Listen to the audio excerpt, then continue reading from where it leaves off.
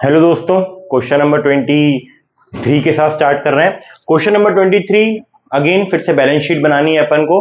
और balance sheet बनाने के लिए बहुत सिंपल ट्रिक है। बैलेंस शीट अगर हमको बनानी है तो बैलेंस शीट का फॉर्मेट हमें याद होना चाहिए। क्या याद होना चाहिए दोस्तों? फॉर्मेट एक बार याद है तो balance sheet is pretty easy for us. आओ जरा एक बार फॉर्मेट बना लेते हैं फटाक से।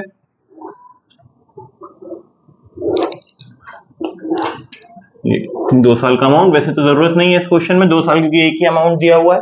2 साल के अमाउंट तो दिए नहीं है, बट फिर भी हमारा फॉर्मेट है, हम उसको ड्रॉ कर लेते हैं। पहला आ गया हमारा पर्टिकुलर, कोई भी जो ईयर होगा वो यहाँ पे हम लिख देते हैं। अभी तो कोई ईयर गिवन नहीं है तो इसलिए हम उसको लिख नहीं रहे। यहाँ पे अपन सिर्फ क्या लिख लेते हैं?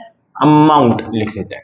ठीक है, सबसे पहले मेन हेडिंग होती है हमारी इक्विटी एंड लायबिलिटी, और सेकेंड हेडिंग होती है हमारी एसेट्स की। इक्विटी एंड लायबिलिटी में पहली जो मेजर हेडिंग होगी वो होगी हमारी शेयर होल्डर्स फंड, सेकेंड होगी हमारी नॉन करेंट लायबिलिटी, और थर्ड जो होगी वो हमारी होगी करेंट लायबिलिटी। अगेन थोड़ी सी जगह यहाँ पे हम टोटल कर लेते हैं। फिर आ जाएगा हमारा सेकंड यानी कि एसेट्स। एसेट्स में आ गया हमारा non current asset, and fifth आ गया हमारा करेंट एसेट। बीच में एक छोटा सा कॉलम नोट नंबर का ही बना लेते हैं, अगर जरूरत पड़ जाए तो वो भी देख लेंगे। ठीक है, चलिए जरा स्टार्ट करते हैं। सबसे पहले क्या दिया हमें? General reserve. क्या दिया बच्चों? General reserve. अब जनरल रिजर्व किसका पार्ट होता है? रिजर्व एंड सरप्लस का। तो यहां पे जो पहला पॉइंट है हमारा शेयर कैपिटल, और सेकंड जो पॉइंट होगा वो होगा हमारा रिजर्व एंड सरप्लस। अब क्योंकि हमें रिजर्व भी दिया हुआ है, क्या दिया हुआ है? रिजर्व भी दिया हुआ है, और आप नीचे आएंगे तो यहाँ पे हमें सरप्लस भी दिया हुआ है। अब दो चीजें गिवन है, रिजर्व भी है सरप्लस भी है, तो अब दो चीजों को बैलेंस शीट में कैसे लिखेंगे? इसलिए हमें क्या बनाना पड़ेगा? Notes to accounts. क्या बनाना पड़ेगा? एक छोटा सा नोट्स टू अकाउंट्स भी बना देते हैं अपन यहाँ पे, जिसमें पहला रिजर्व एंड सरप्लस में जा रहा है हमारा रिजर्व एंड सरप्लस, जिसमें हमारा क्या था? जनरल रिजर्व, और सेकेंड क्या हमारा? सरप्लस इन पीएनएल। अब देखो बेटा यहाँ पे क्या लिखा हुआ है? क्रेडिट। क्या लिखा हुआ है? क्रेडिट। क्रेडिट का मतलब होता है प्रॉफिट। क्रेडिट का क्या मतलब होता है? प्रॉफिट। ऐसी डेबिट का मतलब होता है लॉस। कहीं भी आपको क्रेडिट दिख जाए मतलब वो प्रॉफिट लिखा हुआ है। अब प्रॉफिट कितना है हमारा? 1200 का, और जनरल रिजर्व कितना है? 3000 का। 1200 का प्रॉफिट, 3000 का हमारा ये हो जाएगा।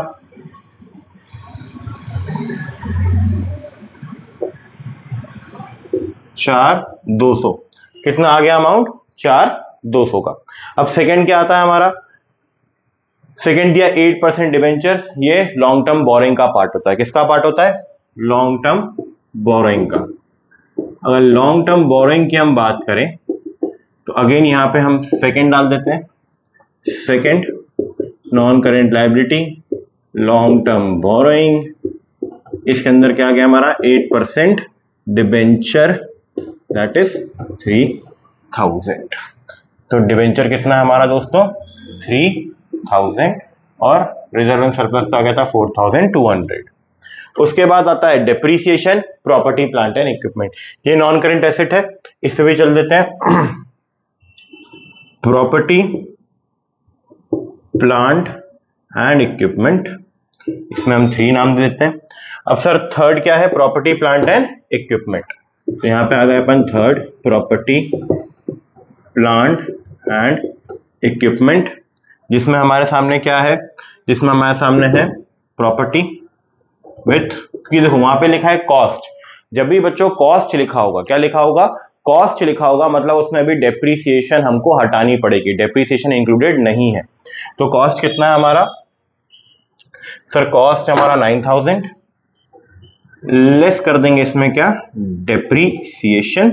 डेप्रीसिएशन कितनी है बच्चों? 700, तो दैट विल क्योंकि ये लेस हो रही है तो ये आएगा 8,300। यहाँ पे कितना आ गया 8,300। तो हम क्या कर चुके हैं, जनरल रिजर्व हो गया, डिवेंचर्स हो गया, सरप्लस हो गया, depreciation, property plant and equipment. Other current liability नाम से ही समझ में आ रही है हमें कि ये किसकी पार्ट होगी, करंट लायबिलिटी की। एंड आई गेस अभी तक अपन इतनी बार ये कर चुके हैं कि आपको ये सब याद तो हो ही गया होगा। तो कितना है 2,500, ये भी हो गया। Share capital is 5,000, share capital सीधे सीधे अमाउंट है 5,000। अदर करेंट एसेट, यहाँ पे आ गया other current asset, that is 6,400। और यहाँ पे हमें बैलेंस शीट बनानी है, टोटल करके देख लेते हैं एक बार, टोटल कितना आ रहा है।